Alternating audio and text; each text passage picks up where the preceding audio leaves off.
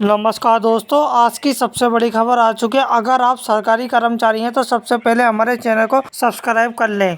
EPS 95 pension अब बुजुर्गों के चेहरे पर मुस्कान लाएगी। सरकार की ये नई स्कीम 90,000 नगद, 50,000 बोनस और हर महीने 7,500 की पेंशन। सोचिए जरा, अगर आपको हर साल 90,000 नगद मिले, 50,000 का बोनस अलग से मिले और हर महीने 7,500 पेंशन को भी मिले तो जिंदगी थोड़ी आसान नहीं हो जाएगी। EPS 95 पेंशन, अगर आपके घर में कोई EPS 95 पेंशनधारी है तो यह खबर आपके लिए उम्मीद की एक नई किरण बन सकती है। 1 जुलाई 2025 से सरकार ने शुरू की नई राहत योजना। केंद्र सरकार ने EPS 95 पेंशन भोगी के लिए 1 जुलाई 2025 से एक नई कल्याणकारी योजना की शुरुआत की है, जिसका मकसद है बुजुर्गों को आर्थिक स्वतंत्रता और सम्मानजनक जीवन देना। 90,000 हर साल की आर्थिक मदद, अब खर्चों की चिंता नहीं। सरकार हर साल EPS 95 पेंशन धारकों को 90,000 की सीधी वित्तीय सहायता दे रही है। यह पैसा बुजुर्गों के लिए किसी वरदान से कम नहीं, चाहे वो दवाइयों का खर्च हो, मकान की मरम्मत या घरेलू जरूरतें। 50,000 का विशेष बोनस, इमरजेंसी फंड जैसा सहारा। इसके साथ ही सरकार की इस स्कीम के तहत 50,000 का एक भी मिलेगा। इस फंड को आप किसी इमरजेंसी मेडिकल खर्च, खरीदारी या आपात स्थिति में इस्तेमाल कर सकते हैं। हर महीने 7,500 पेंशन, ताकि घर की रसोई और जरूरतें चलती रहे। सरकार की योजना में एक और राहत है, हर महीने 7,500 की सुनिश्चित पेंशन एक नियमित आय बुजुर्गों का आत्मनिर्भर बनाएगी, जिससे वो बिना किसी तनाव के अपना जीवन जी सके। यह सिर्फ पेंशन नहीं, हर महीने एक सम्मान है उनके सालों की मेहनत का। सेहत का भी ध्यान, मुफ्त जांच और मेडिसिन छूट। इस योजना में बुजुर्गों की स्वास्थ्य सेवा पर भी ध्यान दिया गया है। पेंशनधारकों को मिलेगा बीमा कवरेज, फ्री हेल्थ चेकअप, दवाओं, अब मेडिकल खर्च के डर से इलाज टालना नहीं पड़ेगा। वृद्धाश्रम में रहने वाले बुजुर्गों को अतिरिक्त लाभ, जो वरिष्ठ नागरिक वृद्धाश्रम में रह रहे हैं या वहाँ